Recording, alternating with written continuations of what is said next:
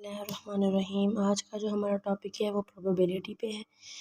उसमें क्या होता है हमारे पास के जो प्रोबेबिलिटी है बेसिकली ये है, क्या ये एक स्टैटिस्टिकल टर्म है या ये एक सब्जेक्ट का नाम भी है, और एक हमारे पास इम्पोर्टेंट जो है वो स्टैटिस्टिकल कोर सब्जेक्ट के तौर पे भी इसको जाना जाता है। ठीक है, तो इसमें हमारे पास क्या होता है कि probability is the chance that something will happen. किसी भी चीज़ के होने के चांसेस कितने होते हैं। फॉर एग्ज़ाम्पल अगर यहाँ पर जैसे मैंने दी हुई है उसमें मैंने कहा है कि अगर हम जेंडर रिवील करते हैं, आजकल बहुत ट्रेंड पे है कि लोग जेंडर रिवील करते हैं, तो वो इस तरह से करते हैं कि बेबी गर्ल होगी या बेबी बॉय होगा, उसका जेंडर रिवील कर रहे होते हैं। तो उसमें जो चांसेस होते हैं बेबी गर्ल और बेबी बॉय के, वो 50% चांसेस गर्ल के होते हैं, 50% चांसेस जो है वो बॉयज़ के होते हैं।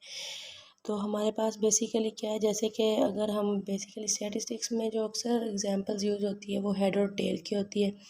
तो मैंने यहाँ पर चेंज करके एग्जांपल दी है कि जब जेंडर को रिवील करते हैं तो तब हमारे पास प्रोबेबिलिटी 0.5 हमारे पास probability of chances of a baby girl के 5% होते हैं, और बेबी बॉय के चांसेस भी हमारे पास 5% होते हैं।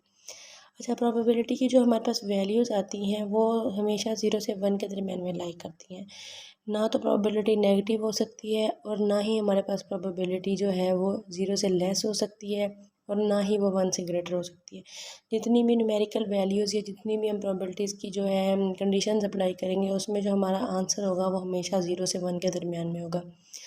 अच्छा, अब यहाँ पर ज़ीरो का क्या मतलब है? ज़ीरो का मतलब है कि इवेंट जो है वो इम्पॉसिबल है। ठीक है, फॉर एग्ज़ाम्पल अगर हमारे पास पास और फेल के मार्क्स आ जाएँ, तो अगर हमारे मार्क्स ज़ीरो हों तो इसका मतलब पॉसिबल होता है कि हम फेल ही हैं, वो इवेंट जो है ना वो अकर नहीं कर सकता। और अगर हमारे पास वन आ जाए तो हमारे पास गारंटी होती है कि इवेंट हैपन हो सकता है, यानी कि कोई ना कोई इवेंट हमारे पास आ सकता है। ठीक है, उसकी पॉसिबिलिटी आ जाती है। इसके बाद अगर हम प्रोबेबिलिटी ऑफ इवेंट लें तो उसमें हमारे पास number of favourable outcome divided by total number of possible outcomes आ जाती हैं।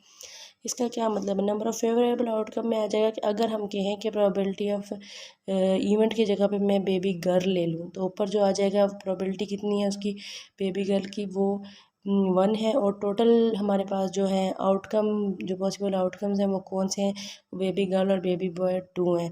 तो हमारे पास जो प्रोबेबिलिटी होगी वो 1/2 होगी अगर हम बेबी गर्ल की प्रोबेबिलिटी फाइंड आउट कर रहे हैं। इसी तरह से अगर हम बेबी बॉय की प्रोबेबिलिटी फाइंड करें तो वो भी हमारे पास 1/2 ही होगी। और जो 0.5 जो कि मैंने यहाँ पर नीचे एग्जाम्पल में शो भी की हुई है कि हम जब जेंडर रिवील कर रहे होते हैं उसमें हमारे पास जो चांसेस होते हैं वो बेबी गर्ल के भी 50% होते हैं और बेबी बॉय के भी 50% होते हैं हमारे पास। उसके बाद जो स्कोप है बेसिकली प्रोबेबिलिटी का, वो यहाँ पर हमने डिस्कस किया है कि आजकल जो है बेसिकली प्रोबेबिलिटी थ्योरी जो है उसका बहुत ज़्यादा जो इस्तेमाल हो रहा है वो किन किन फील्ड्स में हो रहा है वो, और वो किस तरह से यूज़ कर रहे हैं इसको। इकोनॉमिक्स में इसका इस्तेमाल हो रहा है, मैनेजमेंट साइंस में हो रहा है, ऑपरेशन रिसर्च में हो रहा है, सोशियोलॉजी में हो रहा है, साइकोलॉजी में हो रहा है और जेनेटिक्स में हो रहा है।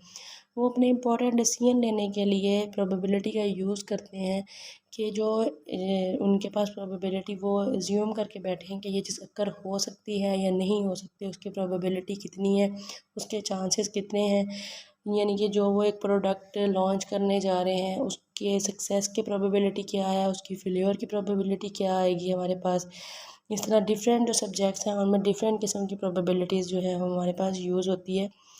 तो हमने क्या करना है, जो बेसिक इसमें याद रखने वाली चीज़ है वो ये है, मेन पॉइंट जो है कि हमारा आंसर अगर 1 से ग्रेटर है तो इट मीन्स दैट हमारा जो प्रोबेबिलिटी का आंसर है वो गलत है। अगर हमारा आंसर 0 से लेस है तो इसका मतलब भी यही है कि हमारा जो प्रोबेबिलिटी का आंसर है वो गलत है, हमने गलत प्रोबेबिलिटी कंप्यूट की है।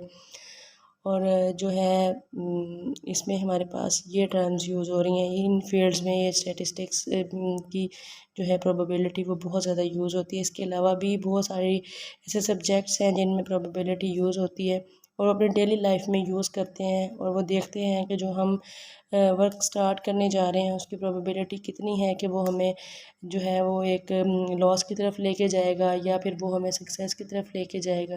बेसिकली ये कॉन्सेप्ट है प्रोबेबिलिटी का।